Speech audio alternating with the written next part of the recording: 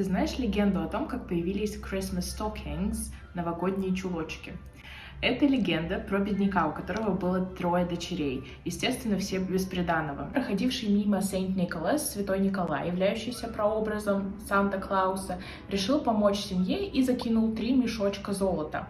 Девушки в это время пошли спать, оставив носки сушиться у камина.